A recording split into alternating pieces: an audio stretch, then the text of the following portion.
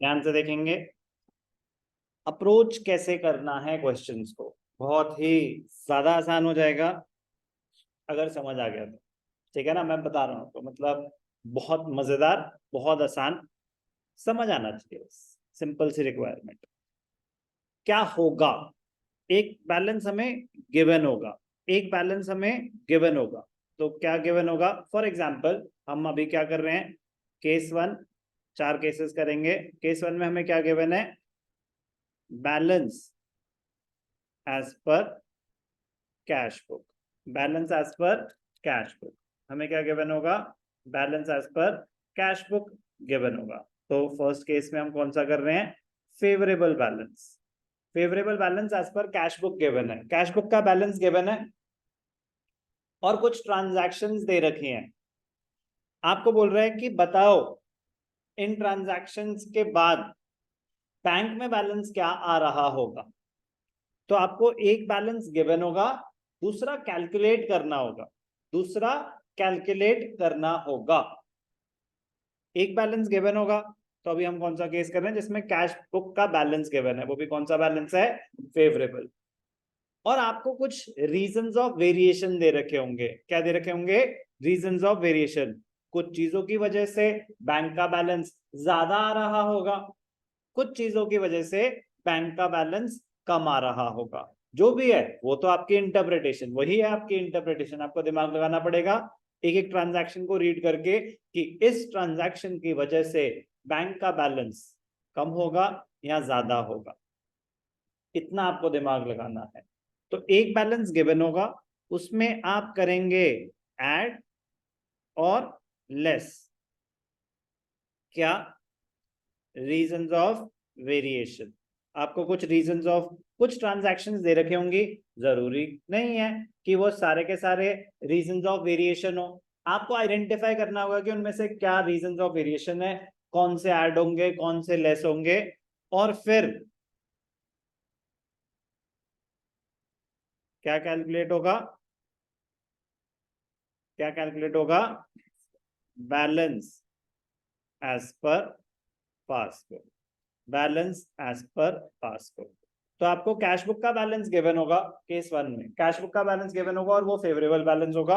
आपको transactions read करनी है, एनालाइज करनी है कि इन ट्रांजैक्शंस की वजह से पासबुक का या बैंक का बैलेंस कम है या ज्यादा है, फिर आपको एडजस्टमेंट्स करनी है और आपको पासबुक का बैलेंस निकालना है। तो अभी तो बस आपको मैं रिक्वायरमेंट बता रहा हूँ कि केस वन की रिक्वायरमेंट ये होगी। अब ध्यान से देखना कि आपको अप्रोच कैसे करना होगा। तो बेसिक स्ट्रक्चर समझ आ गया कि एक बैलेंस गिवन होगा, कुछ ट्रांजैक्शंस गिवन होंगी, आपको उसको रीड करके देखना है कि किस ट्रांजैक्शन का इम्पैक्ट क्या होगा। कुछ ऐड हो रही होंगी, कुछ लेस हो रही होंगी, ऐड मतलब प्लस हो रही होंगी, लेस मतलब माइनस हो रही होंगी, और उन एडजस्टमेंट्स के बाद आपको कैलकुलेट करना होगा दूसरी बुक। अगर कैश बुक का बैलेंस गिवन है तो पासबुक का बैलेंस कैलकुलेट करना होगा। कोई डाउट? तो ध्यान से देखना कि सर हमें कैसे पता चलेगा कि ऐड क्या करना है और लेस क्या करना है। मैं कह रहा हूं चलो कॉमन सेंस पे चलते हैं। अभी क्या चलते हैं, कॉमन सेंस पे चलते हैं। हमें कोई रूल नहीं पता, सिर्फ और सिर्फ कॉमन सेंस पे चलेंगे हम। ठीक है ना, आप ही मुझे बताएंगे कि क्या होगा। तो केस वन क्या है, balance as per cash book is given. Balance as per cash book is given. कौन सा balance, favourable balance as per cash book is given. और ये जरूरी नहीं है कि आपका स्टार्टिंग पॉइंट फेवरेबल है तो एंड में भी फेवरेबल आएगा। एंड कुछ भी हो सकता है, प्लस माइनस करके हो सकता है ओवरड्राफ्ट तक पहुंच गए, हो सकता है फेवरेबल रहे। ऐसा कुछ नहीं है कि केस वन में कैश बुक का भी फेवरेबल होगा और नो, केस वन मतलब स्टार्टिंग पॉइंट जो है उसकी बात हो रही है। तो स्टार्टिंग पॉइंट क्या है, favourable balance as per cash book. अब ध्यान से देखना रिक्वायर्ड क्या है, क्या है रिक्वायर्ड, आप बताएं उत्कर्ष, क्या कैलकुलेट करना होगा इस केस में, बैलेंस एज पर पासबुक। अब ध्यान से देखना, अब एनालिसिस पोर्शन शुरू हो रहा है। Every transaction every transaction will be analyzed from the point of view of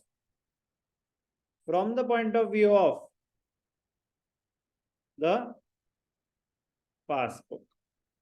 Every transaction will be analyzed, क्योंकि आपको उसका बैलेंस निकालना है.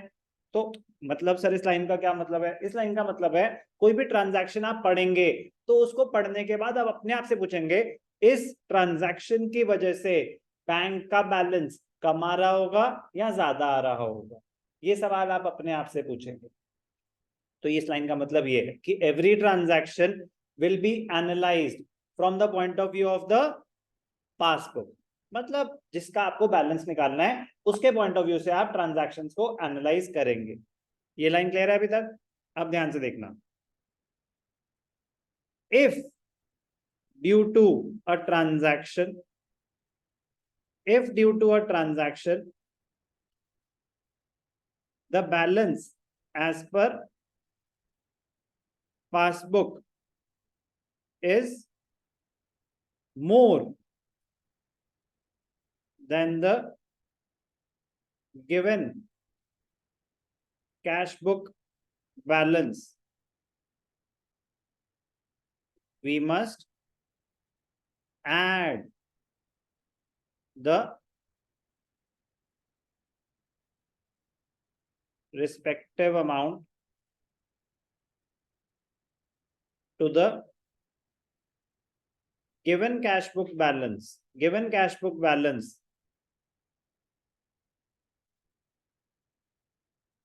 to ascertain the balance as per passbook. आपको क्या गिवन है? फॉर एग्जाम्पल ध्यान से देखेंगे. For example balance as per cash book is rupees 50,000 on 31st March 2023. Balance as per cash book is 50,000 on 31st March 2023. 50,000 है balance. अब ध्यान से देखना. Cheques issued but not yet presented till 31st March 2023 amounted to rupees 20,000. Checks issued but not yet presented amounted to rupees 20,000. बस यही है. Calculate the balance as per passbook on 31st March 2023. पूरे question में सिर्फ एक ही transaction है. भूल जाओ अकाउंटेंसी, भूल जाओ बीआरएस, हम सिर्फ लॉजिक की बात करते हैं. वो बोल रहे हैं हमारी कैश बुक ना बैलेंस शो कर रही है 50,000 का. हमारी क्या शो कर रही है? बैलेंस कैश बुक 50,000 का. तो आपका स्टार्टिंग पॉइंट क्या है? स्टार्टिंग पॉइंट क्या है? जो गिवन है वही आपका स्टार्टिंग पॉइंट होगा. तो स्टार्टिंग पॉइंट है balance as per cash book is 50,000. Balance as per cash book is 50,000. अब ध्यान से देखना. जब आपने चेक इश्यू करे होंगे तो कैश बुक में से पैसे काट लिए होंगे कि नहीं? बिल्कुल काट. जैसे ही चेक इश्यू होता है कैश बुक में से पैसे कट जाते हैं. बिल्कुल ठीक. अब आपको इस क्वेश्चन में बैलेंस निकालना कौन सा है? कैश बुक या पासबुक? जो बैलेंस निकालना है सारी ट्रांजैक्शंस उसके पॉइंट ऑफ व्यू से सोचेंगे. तो मैंने चेक इश्यू करा बट अभी बैंक में प्रेजेंट ही नहीं हुआ. तो अगर बैंक में अभी प्रेजेंट ही नहीं हुआ तो क्या बैंक में से पैसे कटे होंगे? नहीं कटे होंगे. तो इस ट्रांजैक्शन की वजह से, प्लीज समझेंगे अपने आप से क्वेश्चन क्या पूछना है. हर ट्रांजैक्शन से यही क्वेश्चन पूछना है. इस ट्रांजैक्शन की वजह से बैंक का बैलेंस कम आ रहा होगा या ज्यादा आ रहा होगा as compare to the cash book?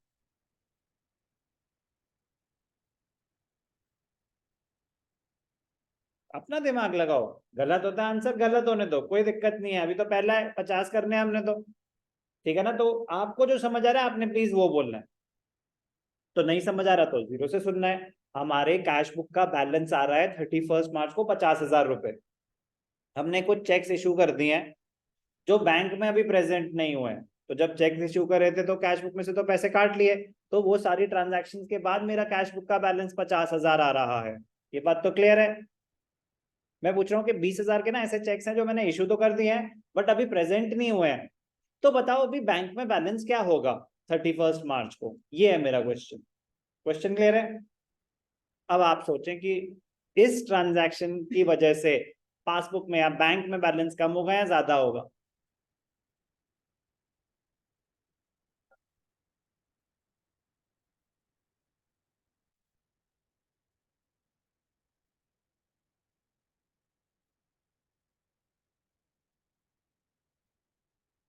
ज्यादा होगा। क्यों होगा सर ज्यादा, ज्यादा कैसे हो सकता है? अरे सोचो, मेरे कैश बुक में कुछ पैसे पड़े थे, 20,000 के चेक्स इशू करने के बाद अगर 50,000 है, तो चेक्स इशू करने से पहले तो ज्यादा ही रहे होंगे। तो बैंक में तो अभी चेक इशू करने का इंपैक्ट आया ही नहीं, क्योंकि अभी बैंक में चेक प्रेजेंट ही नहीं हुए। तो बैंक चेक्स इशू कर दिए, बैंक में भी प्रेजेंट नहीं हुए, इसका मतलब बैंक वालों ने अभी पैसे काटे ही नहीं। तो सर वो तो उनकी गलती, गलती वलती नहीं, वो आपसे बस ये पूछ रहे हैं कि अभी बताओ बैंक में बैलेंस क्या आ रहा होगा। क्वेश्चन की रिक्वायरमेंट को अंडरस्टैंड करेंगे। तो बैंक का बैलेंस आ रहा होगा, ऐड कर देंगे cheques issued but not yet presented, कितने? 20,000। तो बैलेंस एज पर पासबुक। तो ये सुना हमने, if due to a transaction, अगर किसी ट्रांजैक्शन की वजह से balance as per passbook is more, कि पासबुक का बैलेंस ज्यादा है as compare to the given cash book balance, तो हमें तो निकालना है ना, वो पासबुक का निकालना है हमें। अभी तो हमने बस एनालाइज करा कि हाँ इस ट्रांजैक्शन की वजह से तो ज्यादा आ रहा होगा, तो कितना ज्यादा आ रहा होगा? जो ये ट्रांजैक्शन है, कुछ कैश बुक का बैलेंस है, कुछ वो ट्रांजैक्शन अमाउंट है, वो अगर ज्यादा आ रहा है तो ऐड कर देंगे, तो पता चल जाएगा कि बैंक में बैलेंस क्या आ रहा। कोई डाउट? तो दो ही चीजें हो सकती हैं, हो तो तीन सकती हैं, एक या तो ज्यादा आ रहा है, एक या तो कम आ रहा है, तीसरा वो रीजन ऑफ वेरिएशन है ही नहीं, कि मैंने चेक इशू करे, कैश बुक में से काट लिए, वो प्रेजेंट हो गए, बैंक में से भी कट गए, तो वो मेरा रीजन ऑफ वेरिएशन नहीं है। बीआरएस में सिर्फ और सिर्फ वो चीजें आएंगी जो रीजन ऑफ वेरिएशन है, जिसकी वजह से डिफरेंस आ रहा है। जो चीजें दोनों में सेम हुई वो बीआरएस का पार्ट नहीं होती। तो ये पहला पॉइंट समझ आया कि ऐड क्या हो रहा है। चल सकता हूं आगे प्लीज? आवाज नहीं आ रही, चल सकता हूं आगे? अब ध्यान से देखना बेटा, दूसरा क्या हो सकता है, पहले ड्राइंग करने दो थोड़ी। If due to a transaction, if due to a transaction the balance as per passbook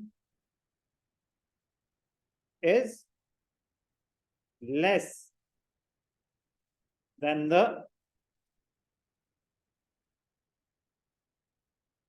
balance as per the cash book.